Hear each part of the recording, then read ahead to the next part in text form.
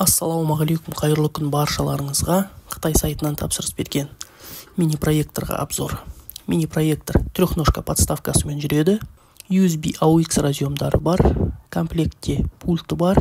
Пульт шағын, өте ыңғайлы.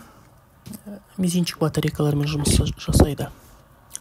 Бір кінараты, ол мына мини-проектор біздің евростандарт розеткаларға келмейді, сондықтан оған осындай переходник алу керек болады қосымша. Ал мінекей проекторымызды қостық. Көріп тұрғандарыңыздай барлығы Қытай тілінде. Жалпы қазір Қытайда Google платформасындағы бағдарламалар YouTube, Google Play Market барлығына орнатуға шектеу қойылған. Енді біз бұны қазір шешіп көреміз. Егер сіздерде осындай мини-проекторға тапсырыс беру жоспарлап жүрсеңіздер, сатушымен алдын ала сөйлесіп алуды, анықтап алуды кеңес беремін. Ал жалпы қалай орнату керек екенін, YouTube бағдарламасын қалай орнату керек екенін білгіңіз келсе, маған жекемен жазыңыздар, немесе осы видеоның астына комментарий қалдырып кетіңіздер.